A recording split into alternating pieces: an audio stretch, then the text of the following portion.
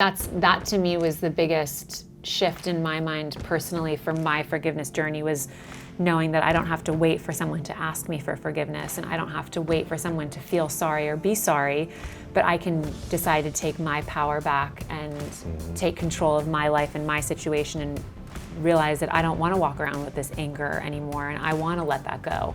And so I need to go through my own journey with forgiveness in order to leave it in the past and let it go, and be able to live my life moving forward free from that, and being able to say that I've forgiven.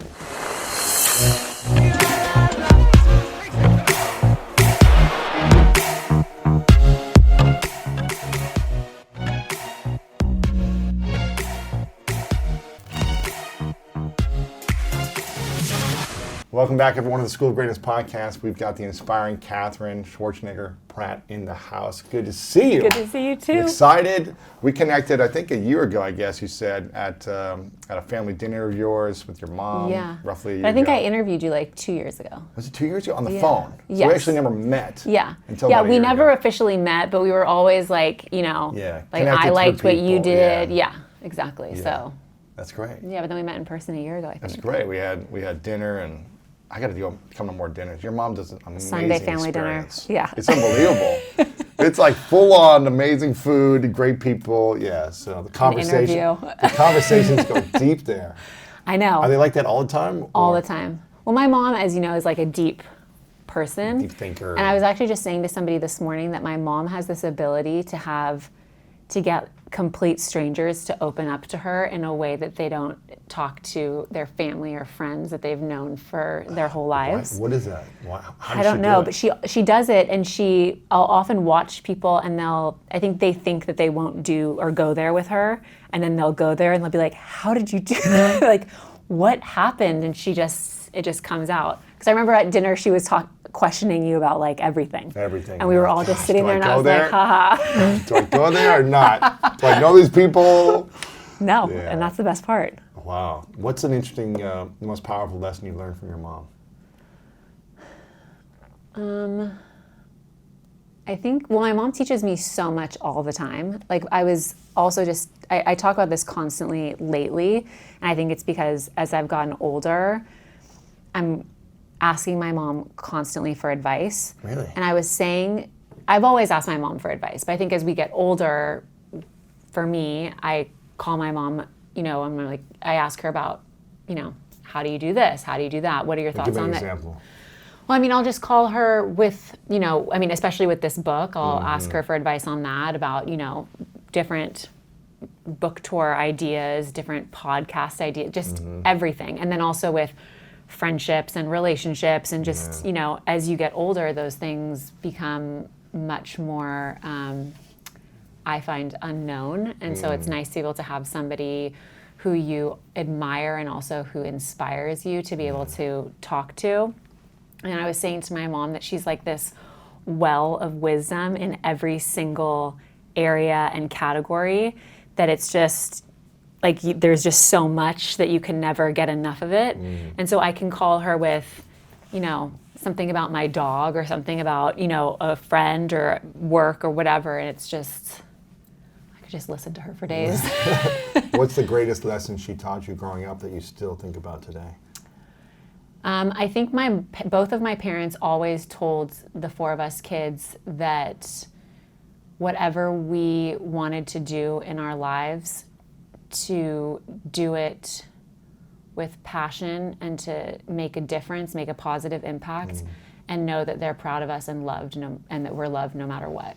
No matter what you do. Yeah, and so that was something that my mom and my dad both taught us four kids from when we were very little, which was just that if you are really passionate about writing, do that. If you're really passionate about animals, do something there. If you're passionate about, you know, interior design, or if you're passionate about the beach or the environment, go do whatever you're passionate about, and know that you're loved no matter what you do, and also the importance of working hard to make a difference for others. But, you know, that was always a common theme in our lives. But I think just knowing that we were always loved by our parents is the greatest gift.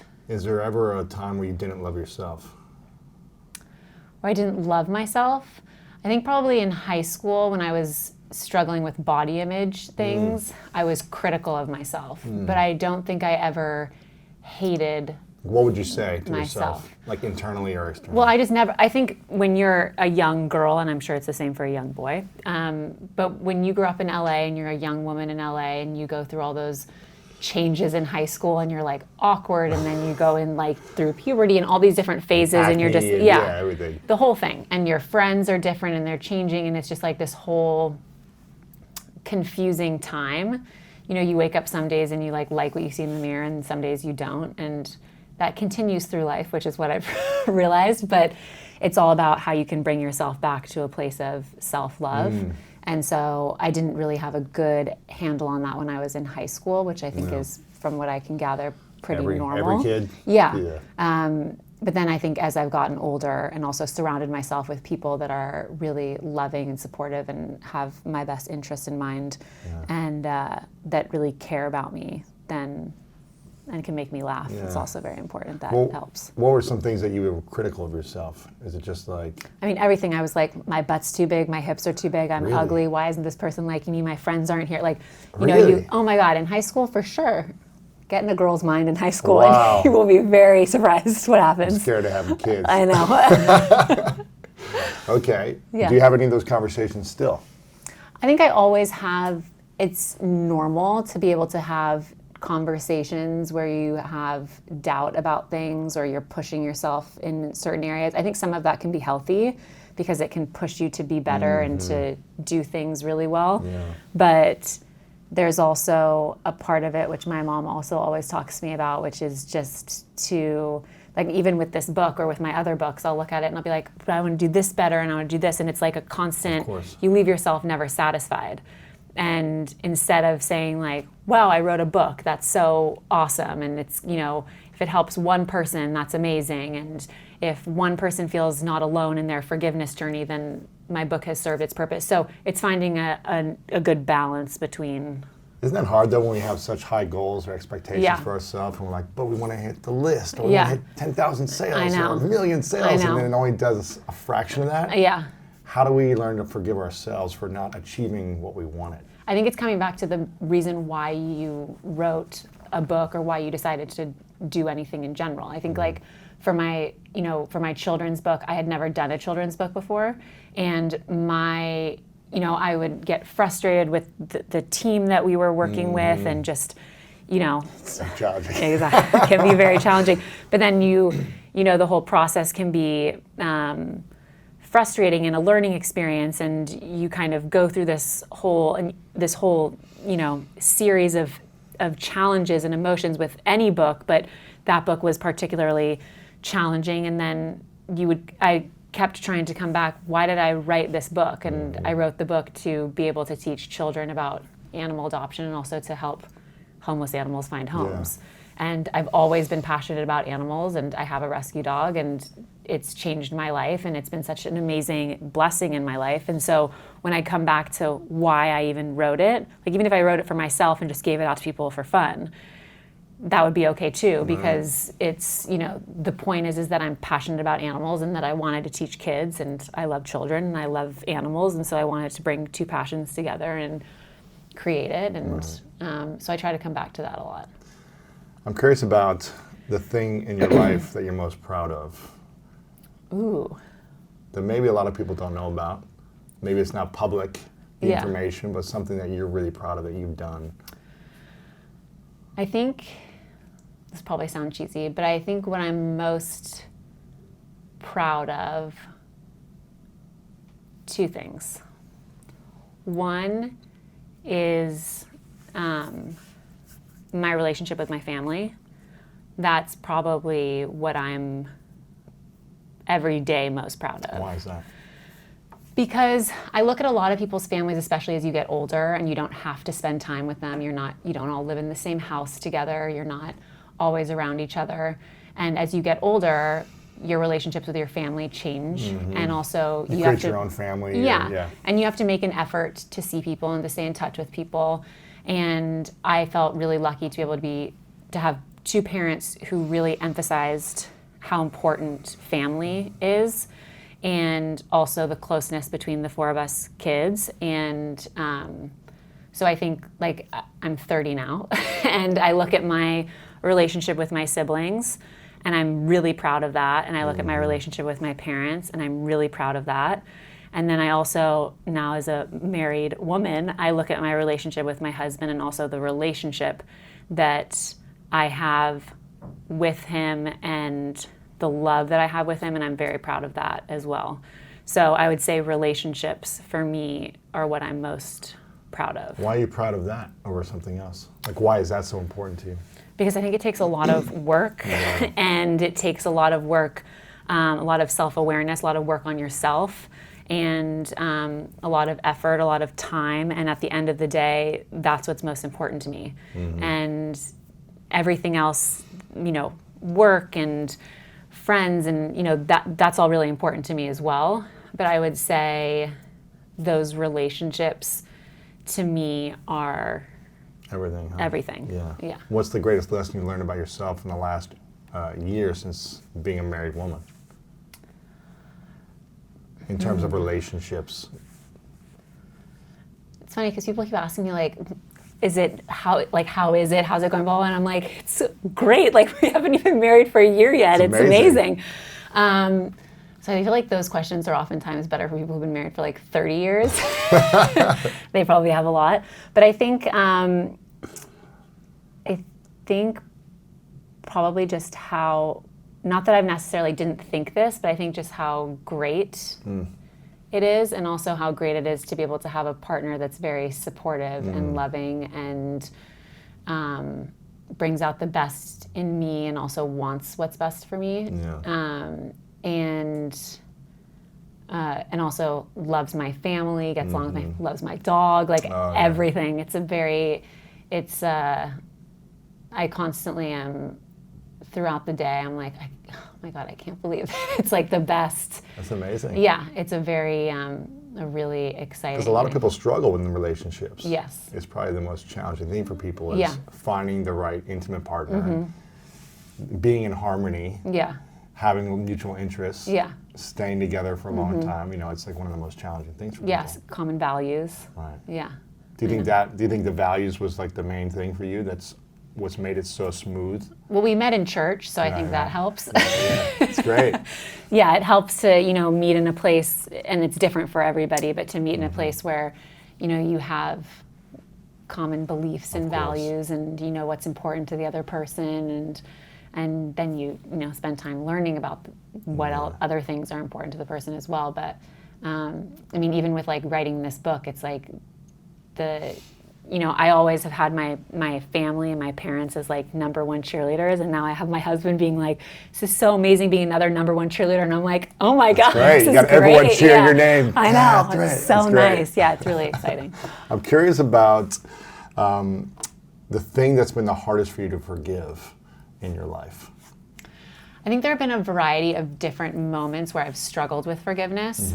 I would say in my 20s, I definitely struggled with forgiveness and became really interested in it, because I think when I went through high school, you can go through high school and not really understand forgiveness because it's high school and there are other things that are more important to you.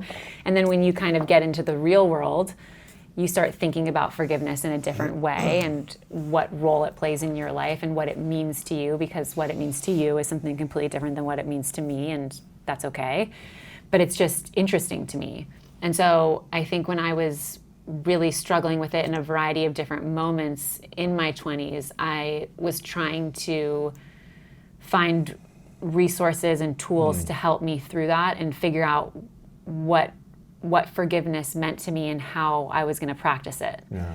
And I saw a lot of people that were older than me that had lived their lives and continued to live their lives not being able to practice forgiveness, and I was clear that I did not want that. Like they were holding on to anger, resentment. Yeah, and you could just tell that it was, you know, and that's, again, their choice, and I'm never somebody who's going to tell someone that they should forgive or not forgive. But I saw how people would carry around this anger and resentment and hostility about something that had happened, you know, either recently or 50 years ago or it happened that involved somebody who wasn't even on this earth anymore, and just still carried that. And so I found it really fascinating because I always thought growing up that forgiveness involved two people, and like that one person apologizing. Yeah, or saying, "Can you please forgive me?" And that you needed to wait for someone to say to you, "Please forgive me, will you forgive me?" And then you could kind of embark on your forgiveness journey. And so I would kind of sit there and I would be like, well, when is that going to happen? Is that going to happen? Does the other person even care about it happening?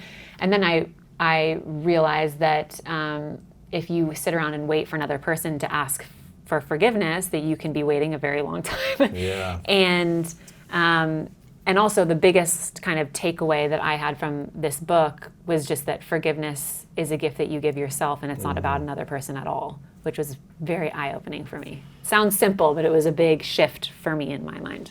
Was there a lesson you learned through like resentment or anger or holding on to something with a breakup or whatever, something in politics in your 20s that you were like, this is not okay, and this person hurt me, or this situation frustrates me and I'm holding on? Was there something like that?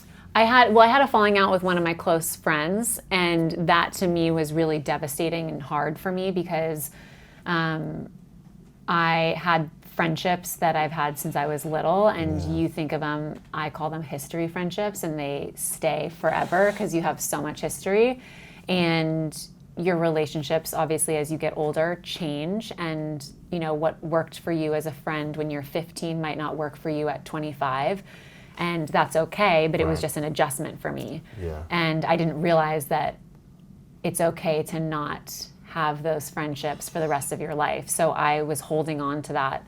And when it just wasn't working, it was really hard for me to be able to release that. And so you're holding on to that. You're frustrated with the person, you're frustrated with yourself. Well, I was holding on to the friendship because I was like, this is so cool if I were to have, because also as girls, you're younger and you're like, I'm going to make a best friend in kindergarten, and then we're going to be at each other's weddings, and we're going to have kids together, and you... Be on the same block. Yeah, exactly. And so when I kind of had a moment where that wasn't necessarily going to be the case, it was kind of, it was devastating to me, and also... when I started writing this book, I had thought like, I'm good with forgiveness there, and I've been able to practice it. And what I very quickly realized, which is, God works in mysterious ways. When I was working on this book in the very beginning, I had moments where I was tested with my ability to actually forgive. And give me an example. Well, like I would run into certain people that I thought that I had forgiven, and I would still have that anxious, nervous feeling, and I realized that's a problem, and I need to go back and figure out, have I forgiven that person? No. So let me go back and actually do the work. So really for me, writing this book was an experience where I was trying to talk to people and get advice for myself. And I write about being a student of forgiveness, and also I will continue to be a student of forgiveness and a fellow struggler with forgiveness because for some people it's a one and done thing, and for other people like myself it's an ongoing journey. And I think forgiveness is the work of a lifetime. And so in this process of writing this book, it was a lot of that, of kind of going, which was cool because it was, I kind of went into it and I was like, I'm good. Yeah. I'm going to do this for other people. Yeah. And then I was like, okay, well, I'm actually doing it. How many people would you say, you don't have to say their names, but how many people would you say since the beginning of writing this book to the finish of it that you had to go back and forgive? Was it like a couple people? Was it 20? Yeah, it was probably, no, not 20. That was like, wasn't that bad. What did you recover, Yeah, I mean, it wasn't necessarily going back and even having conversations with the people. It was really actually looking at my role in situations. And you mean how you might have hurt them? I mean, it could be for sure, but I think for me it was, what was I still holding on to? Why wasn't that something that I was completely over? What was the work that I needed to go back and do? What was, what is the work of forgiveness that I needed to go back and let that go? Because, as you see in this book, there are people who talk so beautifully of this feeling of all of a sudden having this sense of freedom from a situation or a person or an incident from their past, and it being this, this huge moment for them. And so when I would run into, someone and I would have that feeling, I was like, that's not done yet. And I need to go back and actually figure out what that's about. So what's the work you would do if you saw someone that you thought you forgave or it wasn't a big deal or I let it go? Yeah. What was the exact work that you personally did in the last year with that one person that you're talking about? Well, it was a lot of, it didn't even happen in the past year. It was, when I first started writing the books, like almost 2.5 years ago. Gotcha. But, and it was like kind of the last final bit of forgiveness because I had done a lot of that work. I would go to church and I would talk to the priest from my childhood church that I still go to, and I would go to therapy, which was amazing for me, and I would go and talk to other people, like friends and other people who I wanted to know about their forgiveness journey, and that is what really ended up helping me, is that I would talk to other people and I would hear what their experiences were, and then I was able to kind of go back to my own story and say like, okay, well, I could work through that in my head and be able to, I think time helps a lot also with certain situations. I'm curious about this. How long do you think it takes to fully forgive, no matter what the anger or resentment or crime was committed? How long do you think? Everyone is different. Really? And that's really what this book has shown me. And I thought going into it, someone would say to me, like, if you're not done by a year, you got to wrap it up. Something's wrong with you. Yeah, like, let's get to the point. But what I realize is, like, for some people, like Deborah Kopeikin talks in her book, in her section in my book about, practicing forgiveness with a man who raped her when she was in college. And that was 30 years later that she wrote a letter to him and said, and that was it for her. When she sent that email to that person, she was done. And so I think it showed me that, for other people, you talk to Polly Shepard, who was in the Charleston church shooting, and then you talk to, Scarlett Lewis, who lost her son Jesse in the Sandy Hook shooting, and you talk to a lot of other people who experienced crazy things in their lives that are devastating and horrible, and you see that for some it's 3 months, for some it's 30 years, and for some it's still an ongoing journey. And I think for some people, and I was talking to Chris Williams, who I was mentioning to you earlier, who's in the book, who lost his wife and 2 children in a car accident with a drunk driver.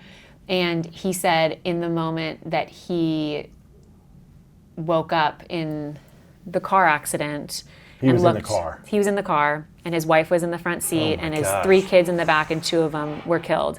And he remembers opening up his eyes and hearing a voice that said, "Let it go." No, he did not. Yeah. No, he did not. And so he said in that moment, he decided to let it go and to forgive. In the moment? Exactly. With his wife dead next to him and his kids dead? Correct. And so, yes, because he heard a voice telling him to let it go. And so I was talking to him earlier this week, and I said to him, I know you said that and it's just so inspiring and incredible, but like, how did you do that? How did you not have anger at the person who, just hit your car and caused this incredible loss for you? And he said, I had moments for sure when I was angry and sad and devastated and, so hurt and really feeling that. But then I would allow myself to feel those feelings, which is the most important thing. But then I would come back and work my way back to my choice to forgive.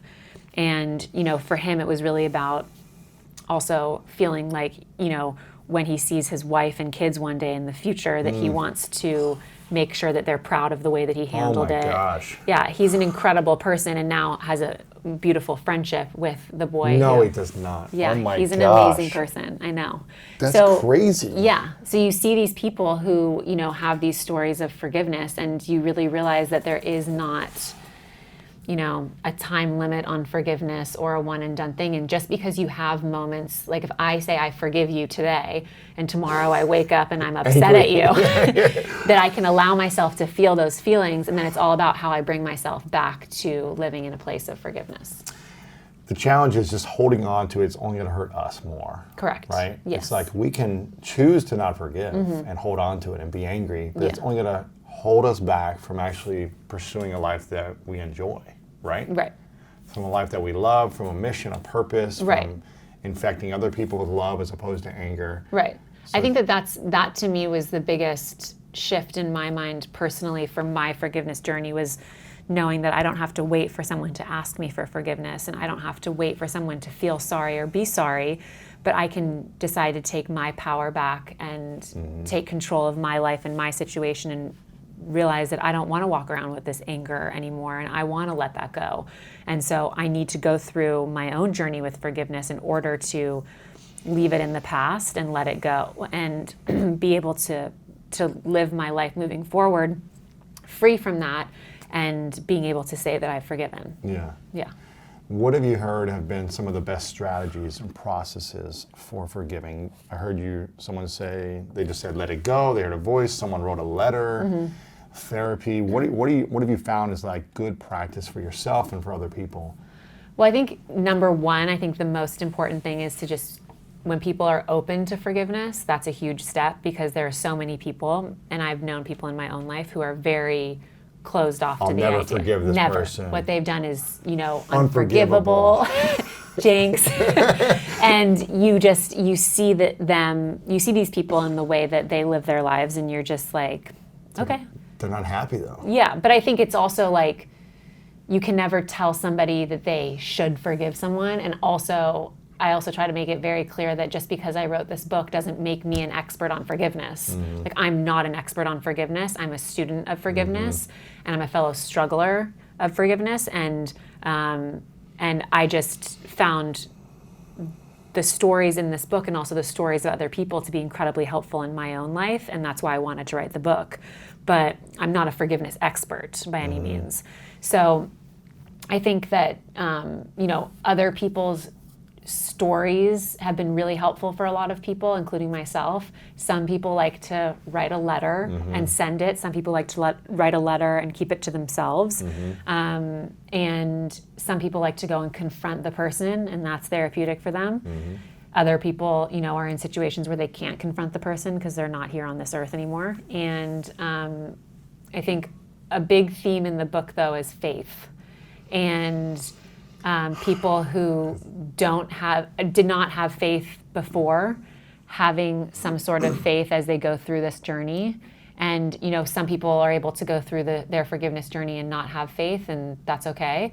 But I found faith to be a common theme that comes up with. Faith in what sense? Just like, okay, have faith that this is happening for a reason, have faith that there's something greater for me from this lesson. Yeah, I think it's really just having faith that you might see that person again, having faith that this is,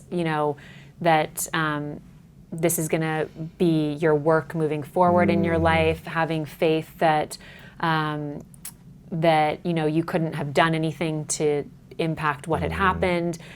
Faith is, or having, faith and trust in a higher power that you'll be okay, and that you'll get through whatever you're going through. Because I think sometimes when you are going through something really impossibly hard and challenging, and you feel alone in that journey, to have faith that there's a greater power that's watching out for you, and that is able to say to you, like, I got you. That is a reassuring feeling. I feel like you have this amazing family bond, and you've had a lot of friends growing up, and you've also grown up in the public eye.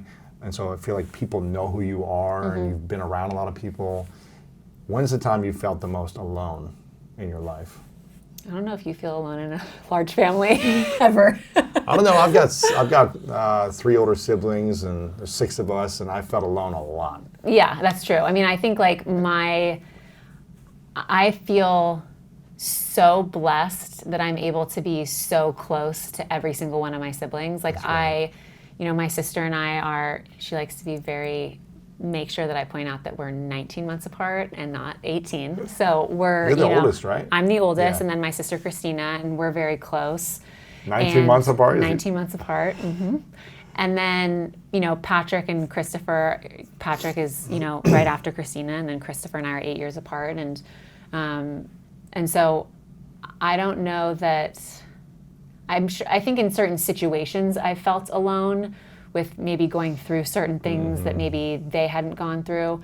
But I have to say that my parents did, and also my grandparents, because we have a very large family, but my parents have done an incredible job making sure from when we were very little that we knew that we always had each other, and that at the end of the day, friends are going to come and go, people will come and go, but our siblings are the people that will always be there.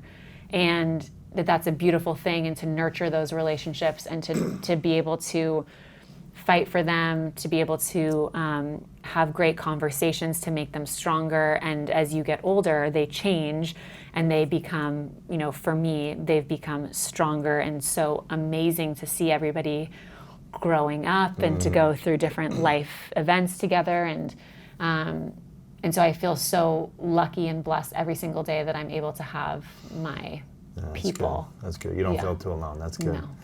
What is the thing that brings you the most anger on a day-to-day basis in the world or situations that you see? Is there anything that creates anger inside of you? I'm sure, there are definitely things that create anger. I feel like when people don't want to help others and make the world a better place, that upsets me. Makes me sad more than angry, because I feel like we all have the ability to make this crazy world a better and kinder place. And also through writing this book, and also through talking, to you about your story and other people in the book, I think the biggest sense of awareness that I've gained is that you never know what another person is going through, even if it might look pretty on the outside. Or on Instagram. Or on social media. But that if we can treat each other and live life with just a little bit more kindness and empathy and compassion, that I feel like the world would be so much nicer. Yeah, it's true. Yeah. And what have animals taught you about forgiveness? Oh my God, they're the most forgiving. There's, endless love and constantly just, someone that will come and lick you and greet you, crazy, no matter right?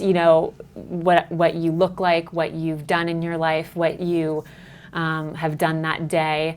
And for me, my dog Maverick, and also the animals that I've had growing up, have taught me so much about unconditional love and responsibility, but also just about, just really about love and connection, I think, throughout all phases of my life. And so I feel very passionate about animals. Yeah. Yeah. You did a podcast about animals too, right? I did do a podcast, because everybody loves to talk about their animals. Right? Gosh. You can book anyone who's got a dog. I know, right? or a cat, or a bird, or anything. Lizard. Yeah. Everyone loves to talk about animals. You just have one dog?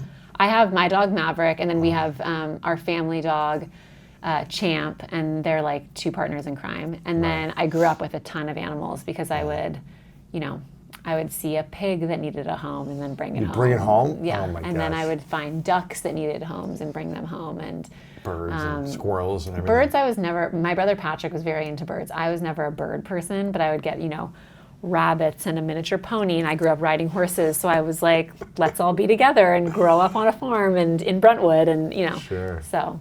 Well, why don't you have an animal sanctuary now? I feel like you should have one.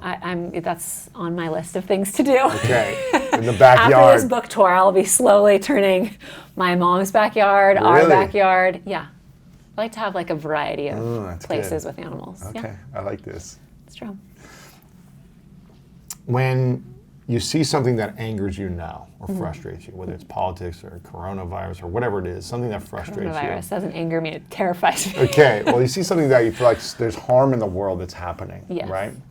Sex trafficking, whatever it is, animal cruelty, when you see this, how do you forgive quickly, or how do you learn to forgive?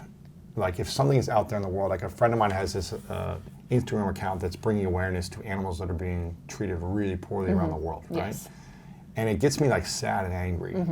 How does someone, when they see something online, learn to forgive quicker as opposed to hold on to it for too long, to let it ruin their day? I don't know if it's necessarily about forgiveness as much as it is about a sense of feeling helpless, because I think that's where we feel most helpless, is when we see things and we don't know what to do to make a difference. So I always try, whether it's with, dogs that need homes or cats that need homes or, whatever the work is that I'm trying to talk about, or if I see something that that really upsets me. It's unjust or something. Yeah, or I also often think of my grandma, who saw how people with intellectual disabilities were being treated, and it made her so angry. And because of that, she created the Special Olympics. And so I think, which is amazing. Yeah, it's amazing. It's an incredible thing. So I think, I grew up with that lesson that if there's something that upsets you and it's something that you're passionate about, then go fix it and go make a difference. And so I think with today, whether it's someone's Instagram account or seeing something on the news or whatever it is, and you see something that upsets you, it's about finding ways to help be the change in that. And whether it's an organization that you go volunteer at, if it's donating money, supplies, whatever that is, that helps people, I think, feel less helpless in a situation. Because I think a lot of what's going on in the world leaves people feeling like, like with the environment, it's like, well, what can I do? I can recycle and I cannot use straws. Can I make an impact? Exactly. But it's just, I think, important for people to know that every single person can make an impact, and it's about actually executing that. What's the greater gift? When someone who's done the wrong act, hurt you, upset you, whatever it may be, they've done the thing that someone is angry about. What's the greater gift? When they say, you know what, you're right, I'm sorry, I messed up, what I did was horrible, it was a bad thing, I'm sorry. Is the greater gift the person actually forgiving them, or the person, and is the greater gift the person saying I'm sorry, even if they don't forgive them, or is it the person actually forgiving them whether they say I'm sorry or not? Well, I think based on my understanding of forgiveness for myself, and also after doing this book, is that it's kind of an additional great thing if someone can come to you and say, I'm so sorry for what I've done, and what I did was terrible, and I've learned from it, and that's a beautiful, amazing moment. A lot of people don't get that. They don't do that. And, well, they don't, not only do people not do it, but they don't get it. They don't receive that from somebody that they need to forgive, or that has hurt them or harmed them in some way. So I think if you're able to get that, that's an incredible thing. What if they give that, and they get that, and they still don't forgive? That's their problem, not yours. Right. It was interesting because we were at one of my mom's Sunday family dinners. My mom had Rabbi Leader over for dinner, who's an incredible person, and he was talking to me about forgiveness in Judaism, and I love hearing different faiths on forgiveness and different people's view of forgiveness. And he said to me that in Judaism, that if you ask for forgiveness, if I've done something wrong to you and I ask you for forgiveness 3 times, saying to you, please forgive me, I won't do it again, and I've learned from my behavior, and you don't forgive me, then that burden is on you now. Wow. So I thought that was interesting, because I think, like, if I ask you for forgiveness for something that I've done, and you say, I'm not forgiving you, like, screw you, I'm not going to do that, then that just shows you that forgiveness is about, then I need to walk away from that and know that I can't do anything to change your mind. Right. I've done my best. I've said I'm sorry. And I need to now forgive myself. And I need to do the work to forgive myself. So hard. I know. It's very hard, but that's why it's so interesting to me, is because it's so complicated. It's, a really... Is there anything you haven't forgiven yourself for yet? Myself?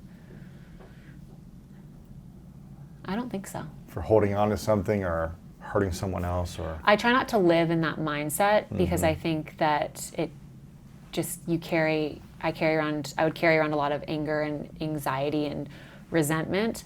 And my goal with practicing forgiveness in my life is to free myself from that. Yeah. And of course I have moments where I'll get angry and upset about something, and that's okay. But I think it's always about being gentle with ourselves as we go through moments of feeling angry or, resentful, and being gentle with ourselves as we bring ourselves back to living from a place of forgiveness. You are such a light, Katherine. Oh, thank you. You're such a light. You're like, I'm trying to find, like, is there anything wrong with you? Like, I feel like I have so many defects and so many challenges in my life. And I'm like, is there anything wrong with Katherine where she forgives everyone? She doesn't hold on to any anger? No. I don't forgive everyone. You don't? No. What I'm trying to say is, and this is super important, and I'm glad you just said that. Thank you. Like this I've been beam able... of golden light just radiating. There's no pain. No, I've definitely experienced in my life a huge amount of pain, struggle, hurt, sadness in my life. And a lot of that I felt was worked through in my forgiveness journey. I have been able to practice forgiveness, most importantly. And I'm so grateful for that, because through writing this book and through my journey of interviewing people and writing this book and talking to people about forgiveness, I can happily say that I've been able to forgive in my life. Do I know that moving forward in my life that I will have moments where I struggle with forgiveness again? 100%. Yeah. I know that. My mom likes to constantly remind me of that as well, because, to say at 30, I'm good with forgiveness. Right. You don't have kids yet, you don't have this. No. And I will go through life and I will have moments where I struggle with forgiveness, and I can struggle with it for 5 years, 10 years, longer. But what my hope is that because I wrote this book and because I'm able to talk to people about their forgiveness journey, that when I'm in those moments of struggling with forgiveness, that I will be able to go back and draw inspiration from their stories, from other people's stories, to help pull me through. Yeah. So it's not that I've been able to forgive every single person, and that I am going to always be able to forgive every person, and that I've, never struggled or had pain or anything like that. Because that's not true at all. I have. And there are still people that I'm struggling with forgiveness, and there are some people that I've been able to forgive. And I think that is part of my journey in my life, and it definitely sparked why I wrote this book and my interest in forgiveness. And I know that moving forward in life, I will still have those moments, and I'll still be able to hopefully look back at this book and look back at conversations like this and say, okay, where can I bring myself back to a place where I feel good? Yeah. And what's your greatest challenge right now in your life that you're facing with? I think, I don't know if it's a challenge as much as it is, I would say the thing that I'm most focused on right now is the launch of this book and doing a book tour. And with coronavirus. With it just running rampant. No, but I think really I look at it as like an exciting challenge, because my goal is to obviously be able to go and talk about this book on a book tour and speak about forgiveness. But my biggest goal is to be able to get this message and book in as many people's hands as possible so they can be able to practice forgiveness in their own lives. Yeah. So I look at it as a fun challenge, like how can I spread this message? It's something I'm super passionate about. I want to get it out. I want to talk to as many people as I possibly can. So, What do you think is your greatest opportunity for growth for yourself personally? Beyond the book and... I look at every single day as being able to have opportunity for growth in every area. I think if it's, in my relationships, in work, in every single thing that I do, I try to find ways where I can grow and learn. And I'm just somebody who likes to do better, be better, find ways to grow, learn, educate myself, hear from other people. That really is something that... Is there anything specific you're working on that you're like, okay, I could really grow in this area of my life? Spiritually? There are so many things. Is it really? What's the biggest challenge right now? What's the biggest struggle? Probably being present. I think in a book tour, everything gets a little crazy. It does. So being present, it was one of my New Year's resolutions to be present, to be more present and to practice meditation every single day. And that... Have you been practicing every day? Yes. And you think like, oh, it's 10 minutes. It's not gonna...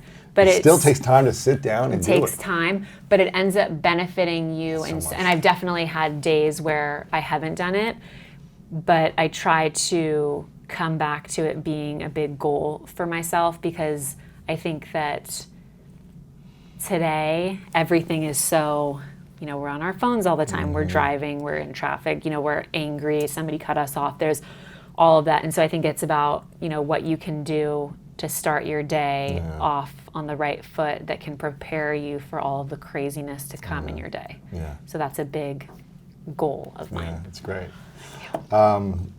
This question is called the 3 truths. I ask everyone this at the end of the interviews. So imagine you've accomplished everything in your life that you can dream of for the rest of your life. You have the biggest animal sanctuary in the world with millions of dogs, happy, jumping, licking each other. You have, anything you want to do. You've written every book on every challenge in the world. You've got this beautiful family, marriage. Whatever it is your dream, you've accomplished it. Okay. And but at some point in your life, you've got to go to the next place. Your body's got to leave. You die. You're gone from this world, right? Wow. Could be 300 years, could be whatever. But at some point, you got to call it quits, okay? And you've got to take everything with you. So this book you've written, all your messages in the world, the content you put out there, this interview, it goes with you to the next place. So no one has access to your information anymore, your wisdom, okay? It's a hypothetical question. It's very deep. But imagine you get to share 3 final truths with the world from all the lessons you learned of your 300 plus years of life.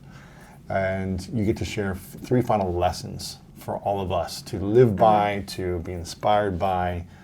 And these would be the things that we could remember you by. 3 truths, 3 lessons. What would you say are yours without being prepared? Okay.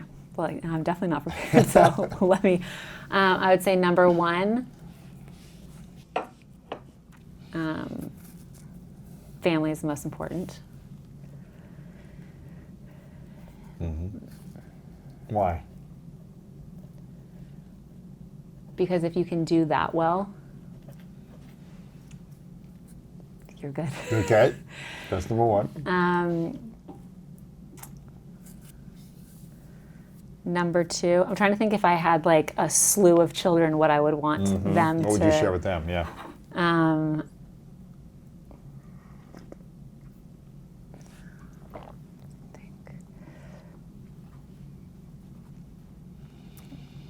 I would say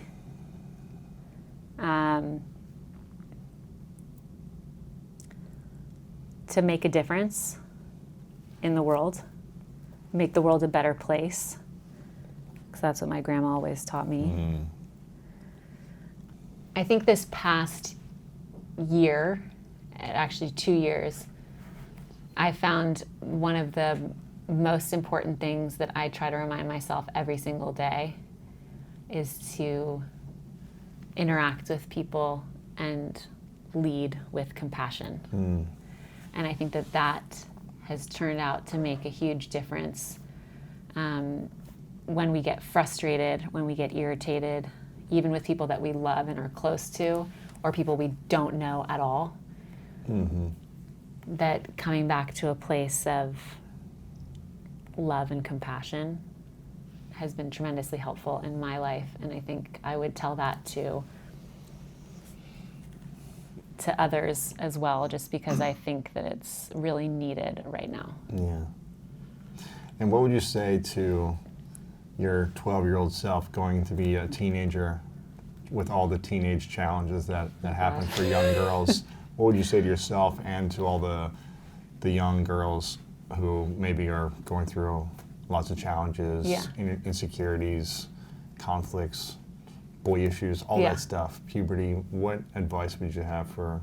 I would say every single person that you look up to and admire has gone through the exact same thing.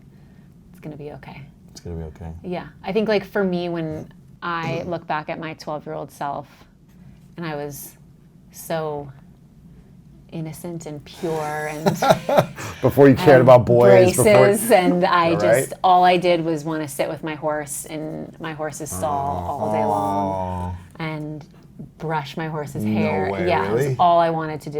You didn't care about anything else. The way you looked, it was just it was just like what I wanted to do, and all I did was spend time with my family. And as I got older, people would make fun of me for that. Really? Like, oh, all you want to do is spend time with your family, and all you want to do is ride your horse. And it brings you joy, though. It does, but then you have peer pressure, and then you want to go out, and you want to have fun and do all things. And so I think if I had to look back and tell my 12-year-old self, I would say that every single person that I would look up to, whether it was my mom or other people or Beyonce, I would say that everyone has been there. And to know that you're going to be able to make it through, just stay true to yourself, your beliefs, and also know that it's okay if you succumb to peer pressure a couple times and your peers make you, fall off that it's okay. Be gentle with yourself. Yeah. And who's your biggest inspiration in the world right now? My biggest inspiration in the world right now, today, so early in the morning. Who do you admire outside of family? Who do you admire? Who do you respect? Oh, outside of family? Yeah. Who's like a big inspiration for you in the world? Who's doing stuff that lights you up, that inspires you? I mean, I always go to. I always would just like naturally fall back to Beyonce as being my inspiration. Why Beyonce? Always, just because I think that she's such a woman. Like she's inspiring, and I think the way that she's handled her family dynamics and career and balancing everything has been really inspiring. But I also truly, especially from doing this book, I would say the people in the book are who inspire me every day right now. I always will love Beyonce, but I think for like right now, and especially because this book is really my focus, that the people in this book that are men, women, yourself included, since you're in it, that everyone's stories and experiences in life and also with forgiveness in general, that's what inspires me every day and also makes me very emotional. Like the first time I read my final, didn't need to edit anymore, front to back of this book, I started crying because I was just like, because the book isn't about me. It's about everyone's stories that I talk to. So to be able to have that and to be proud of it, and also to have everyone in the book feel proud of their section, was really important to me, and also really exciting for me. You did a great job on this, and thanks for including me in this. I've talked many, many times about my journey of forgiveness, and I think people need to understand that is when you learn to forgive, it's the greatest gift you can give yourself because of the peace and the love you can come back to in yourself. Yeah. Because when we hold on to anger, we really separate ourselves from love. We separate ourselves from connection, from intimacy, and we put a wall up with other people. It may not be the person that hurt us or that situation. So this is an amazing gift. Make sure you guys get it. The Gift of Forgiveness, inspiring stories from those who have overcome the unforgivable. It's out right now. They can get it online, Amazon, Barnes & Noble, everywhere. Is there a specific site they can go to for any additional resources? Yeah, we're doing a book tour, so also the tour dates are on my Instagram, which is Katherine Schwarzenegger, and then also on my website, which is katherineschwarzenegger.com, to come visit any tour dates that we're doing. But, we also have an amazing Facebook group of forgiveness ambassadors that have been truly having the most incredible stories and interactions with each other.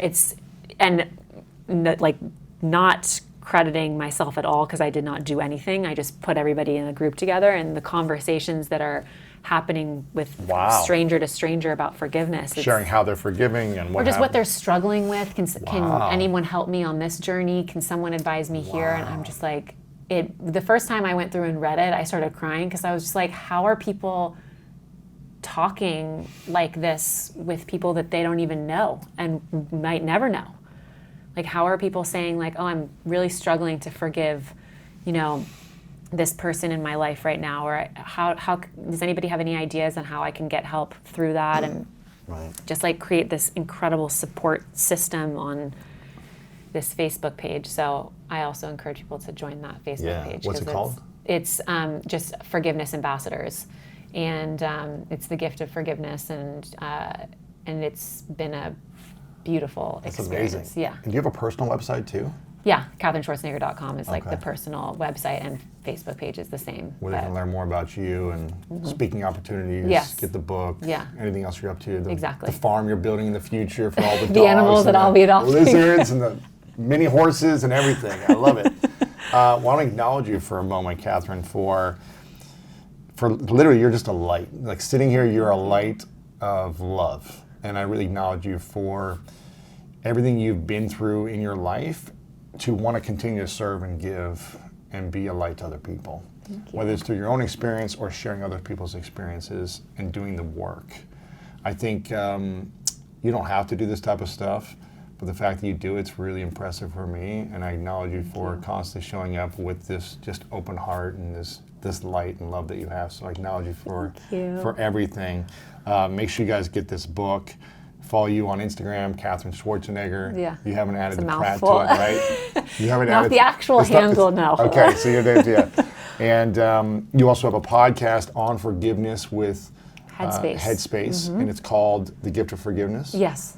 So they can go and listen to it there. Where do they find and that? we're going to be airing that probably in May. Okay, cool. So I'll be updating. So just follow you on Instagram. Yeah, and they'll be able to get more accurate updates as to when that will happen. But we have amazing people where we're continuing these conversations with you included about forgiveness and about people's journeys and experiences, and some people from the book, other people who are not in the book. And my hope is that it will spark and ignite conversations between people about forgiveness and hopefully lead people to practice it in their own lives. Powerful. Okay, final question. Yes. What's your definition of greatness? My definition of greatness. Definition of greatness would probably be being with the people I love and doing what I love. Thank you. Yes. Love it. Love it.